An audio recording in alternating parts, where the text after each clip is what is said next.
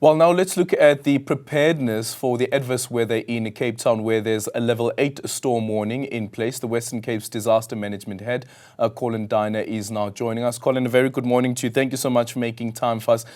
We see here that wind speeds of up to 90 kilometers per hour with gust winds exceeding 100 kilometers an hour. We're speaking to meteorologists a bit earlier on around what this means for infrastructure as well as people who will be on the road during this period. What's the plan, though, from the Western Cape government side around the alternatives that are required, but also getting the message out there to residents? Good morning, Aldrin. Yeah, so we started already on Friday when we received the warnings.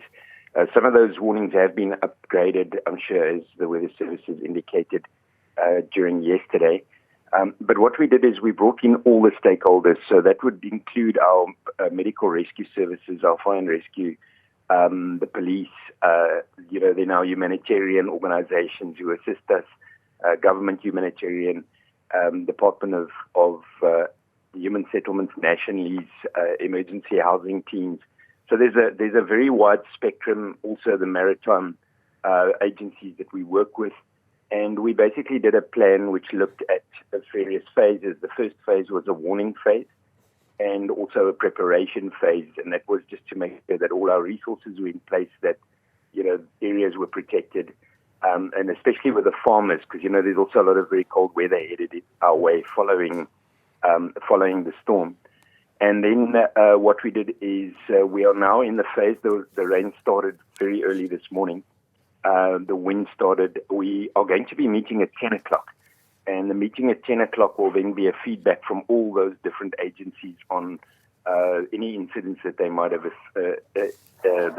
reached. We haven't at this stage received any news of any major incidents, but we do accept that localized flooding has already taken place. And then from the information that we're going to be receiving at the 10 o'clock joint operations meeting, we will then, be able to determine where we're going to go forward. Yeah. So as it stands currently, any reports of injuries or perhaps a fatality? We haven't received any reports yet. Normally in the event of fatality, we receive them immediately. So at this stage, we are positive. However, we will be receiving much more detailed reports at our 10 o'clock meeting. Yeah. When we're speaking to the meteorologist a bit earlier on, Lihlohonolo, one of the points that he raises is with informal settlements and the high risk that they face. What is the plan currently for the informal settlements? Yeah, so, you need to do, the city, for example, what they do is they go in, there's a lot of what we do call sandbagging, so that's using sandbags to try and divert water. You've got to try and do a lot of awareness there, let people, because, informal settlement is generally quite a big area.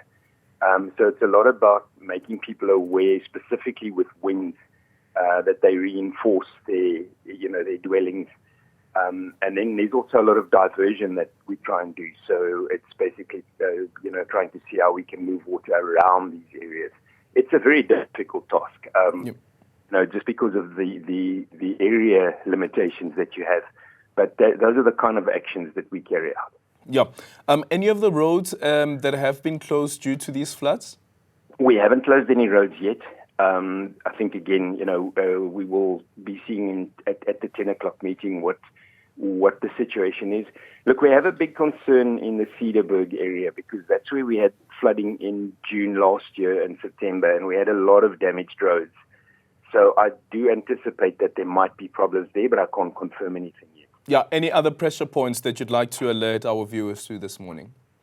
Yeah, I think the main thing, Aldrin, at this stage for us is to get through this period. I must say that the rain has come and gone. So I'm in Cape Town, and since about 3 o'clock this morning, we've had showers, but then it stopped for a while. It just started raining again now. So, as this front moves, and it moves quite fast, and the next one comes in.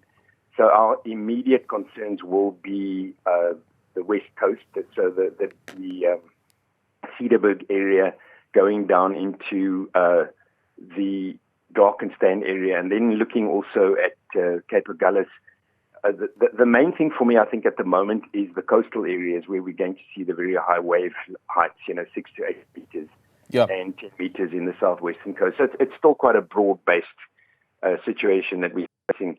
The cold weather will become a major problem, going into tomorrow. Yeah.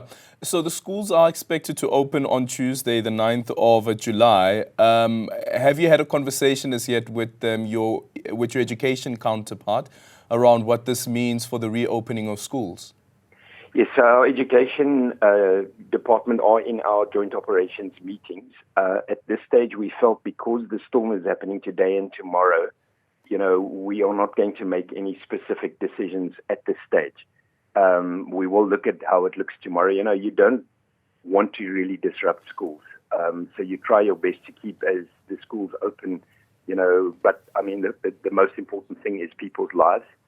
So if we do think that there will be any dangers, we will then meet with the education department and we will make that decision probably closer to Tuesday. So, we always get the more accurate report, very close to the, closer to the time. So we will make that decision if it's necessary, but no decision at the moment.